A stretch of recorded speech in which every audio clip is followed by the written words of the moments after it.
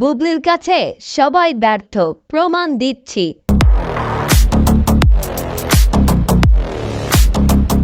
মিমি চক্রবর্তী মাঝে মধ্যেই সোশ্যাল মিডিয়ায় সিক্স প্যাকের ছবি আপলোড করেন, কিন্তু হাতে তেমন কোনো আলোচিত কাজ নেই।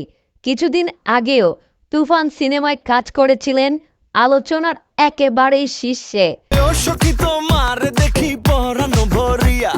শাকিব খানের সাথে তার রসায়ন দর্শক ভালোই গ্রহণ করেছে। তুফানের পর আবারও যেই লাউ সেই কদু, মিমি চক্রবর্তী আবারও আগের মতো সিনেমার মাধ্যমে নিজেকে আলোচনায় রাখতে বরাবরই ব্যর্থ। ওই শালসা আপনিই খান, আমি এমনিতেই ফিট।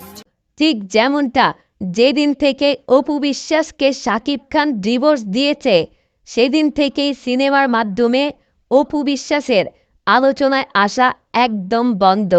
অপু বিশ্বাস ছাড়াও বাংলাদেশের অনেক নায়িকাই শাকিব খানের মাধ্যমে সিনেমায় আলোচনায় থাকেন।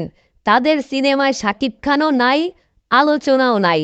অতএব এটা গ্যারান্টি সহকারে বলাই যায়, এপার ও ওপার বাংলায় নায়িকাদের মধ্যে একমাত্র বুবলি সেরা, যে কিনা শাকিব খান ছাড়াও সব সময় সিনেমার মাধ্যমে নিজেকে আলোচনায় রাখেন।